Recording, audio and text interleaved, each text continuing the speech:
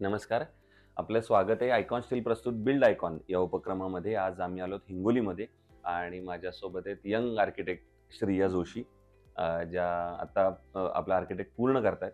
पण त्यांच्याकडनं एक वेगळा अनुभव असतो, कारण आपण नेहमी असं म्हणतो, की हा भारत आपला तरुणांचा देश आहे आणि दुसऱ्या गोष्टीनं आपण असं म्हणतो, की इंजिनिअर आणि आर्किटेक्ट एका अर्थानं देश घडवत असतात. त्यामुळे अशा देश घडवणाऱ्या व्यक्ती आज माझ्यासोबत आहेत, की ज्यांच्या हातात उद्याचा भारत आज अवलंबून आहे आणि आपण जो विकास म्हणतो, एखाद्या गोष्टीची डेव्हलपमेंट म्हणतो, ती या तरुणांकडनं आपल्याला अपेक्षित असते. त्यामुळे त्यांच्याशी गप्पा मारताना एक वेगळा अनुभव असतो. त्यामुळे ऐकूया त्यांचे काय अनुभव आहेत बिल्ड आयकॉन या प्लॅटफॉर्मवर. तुमचं स्वागत आहे. आता सगळ्यात आधी गप्पांना सुरुवात करूया, ते म्हणजे तुमच्या एज्युकेशनल क्वालिफिकेशनपासून. म्हणजे साधारणपणे आपली शाळा कुठली होती? कॉलेज कुठलं होतं? आणि आर्किटेक्ट या फील्डमध्ये येण्यामागची प्रेरणा कोणाची होती, ज्यांच्यामुळे असं वाटलं, की हे फील्ड निवडावं? तर काय सांगाल? माझी शाळा इथली होती हं, हिंगोलीची हं. विद्यानिकेतन इंग्लिश स्कूल. हं. त्यानंतर college of engineering and technology Akola, जिथून मी आर्किटेक्चर करतेय. हं, फायनल इयरला आहे. हं. थिसिस प्रोजेक्ट माझा चालू आहे. Very good. आणि आणि मग हां, सांगत होता तुम्ही काहीतरी हां, मुद्दा. आणि एक पॅशन होता आर्किटेक्चर. अरे वाह! डिझायनिंग पार्ट, प्लॅनिंग पार्ट आवडत होता. ओके. म्हणून फील्ड चूज केली. आणि ड्रॉइंग वगैरे काही असं आवडत होतं हां, पहिल्यापासून? स्केचिंग, स्केचिंग ड्रॉइंग, वगैरे? पेंटिंग ही ओके. आवड होती. Very good. पण मग आता या प्रोफेशनमध्ये आल्यावर हॉबी म्हणून ड्रॉइंग, स्केचिंग चालू आहे का? हां, स्केचिंग चालूच राहतं आर्किटेक्ट म्हटल्यावर ऑफकोर्स आणि स्केचिंग हॉबीवालं? लागतंच. हो, हॉबीवाले आहे. हं. पण थोडं कमी आता होतं. कमी होतं. कारण इंटर्नशिप त्याच्यानंतर आता थिसिस वर्क तर त्याच्यामुळे थोडं कमी झालेलं आहे. कमी झालंय. बरोबर आहे. आणि दुसरं हे विचारायचं म्हणजे आता, की जेव्हा पहिला प्रोजेक्ट असं वाटतंय, तेव्हा कुठल्या फील्डचे जास्त प्रोजेक्टमध्ये इंटरेस्ट आहे असं वाटतं, की रेसिडेन्शियल करायला आवडतील, कमर्शियल, इंडस्ट्रियल कुठले प्रोजेक्ट्स आवडतील करायला? रेसिडेन्शियल आवडतील. बरं. हां, त्यानंतर मी काही प्रोजेक्ट्स पण केले. जसं इंडस्ट्रियलमध्ये मी हेल्प केली. कमर्शियलमध्ये पण मी हेल्प केली माझ्या इंटर्नशिपमध्ये. ओके. हां. तो सांडपाणी प्रोजेक्ट काय होता कमर्शियलवाला? जर काही त्यातलं ब्रीफ सांगू शकशील तर प्रोजेक्ट ॲडोनिस कसा होता? म्हणून एक शॉप होतं. ओके, हां, related to fashion work. Okay, तर तिथे होतं आणि इंडस्ट्रियल म्हटल्यावर आय-टी इमर्सन इंडस्ट्री होती आणि महिंद्रा अँड महिंद्रा नाशिक. ओके. हं. तर काय तिथं वेगळेपण जाणवलं किंवा काम करताना कसं तो अनुभव कसा होता म्हणजे जनरल? अनुभव म्हणजे आम्ही कधी इंडस्ट्रियल केलं नव्हतं. तर तिथे खूप काही शिकायला मिळालं. बरं ठीक आहे. हा सगळा अनुभव होता. आता येऊया थेट काही तांत्रिक प्रश्नांकडं. पहिली गोष्ट म्हणजे आपण कायम असं म्हणतो, की आर्किटेक्ट हा बांधकामामधला एक महत्त्वाचा दुवा असतो, सिव्हिल इंजिनिअरमधला. तर त्या भूमिका कशा पद्धतीनं भविष्यात वठवायला आवडेल किंवा करायला आवडेल? आर्किटेक्टचा सगळ्यात मेन पॉइंट राहतो कारण प्लॅनिंग इथून स्टार्ट होते बरोबर. आणि एक आर्किटेक्ट व्यवस्थित ते देऊ शकतो, रिक्वायरमेंट्स पूर्ण करू शकतो. हं. त्यामुळे दुसरं प्लॅन किंवा आपण म्हणतो रचना किंवा डिझाइन हे हं. सगळ्यात महत्त्वाचं असतं. तर त्या फेजवर कसं काम केलं पाहिजे जेणेकरून एक चांगलं एक्झिक्युशन आणि चांगल्या वास्तुनिर्मिती पुढे भविष्यात होऊ शकेल? सगळ्या रिक्वायरमेंट्स चेक करून, सगळ्या रिक्वायरमेंट्स फुलफिल करून आणि एक हॅपनिंग प्लेस तयार केली पाहिजे. नॉट जस्ट फक्त 2 रूम आहेत असं नाही. एक हॅपनिंग प्लेस ती कंप्लीट झाली पाहिजे. ओके.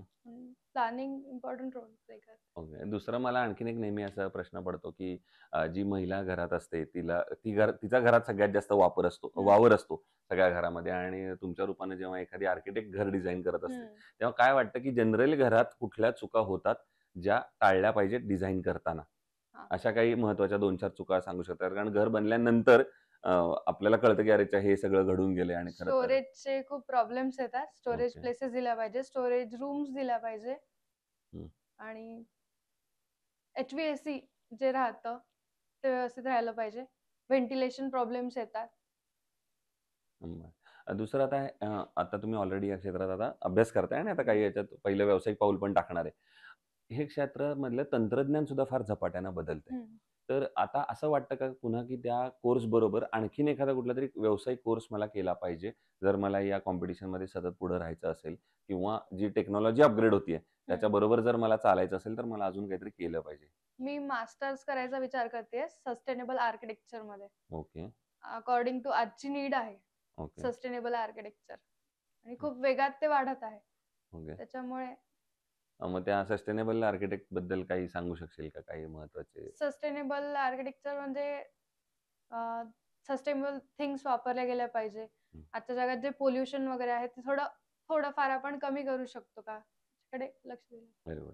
पुढचा प्रश्न एका वेगळ्या अँगलनं महत्त्वाचा आहे. ते म्हणजे तुम्ही हिंगोली जिल्ह्यातले आता रहिवासी आहात एका अर्थानं इथं तुम्ही काम करताय आणि यंग आहात, आर्किटेक्ट आहात. मी जसं सुरुवातीला म्हटलं तसं तुमच्या हातात आता उद्याचा भारत आहे.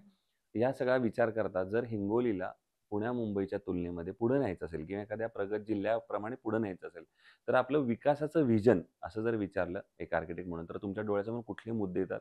ज्या मुद्द्यांवर, ज्या फॅक्टरवर, ज्या इंडस्ट्रीवर आता काम करण्याची गरज आहे, जर आपल्याला पुढच्या 10-15 वर्षात एक वेगळं हिंगोली बघायचं असेल तर, काय सांगाल? आय-टी इंडस्ट्रीज डेव्हलप झाल्या पाहिजेत. Roads, water management, tourism management हे थोडं वाढलं पाहिजे. ओके.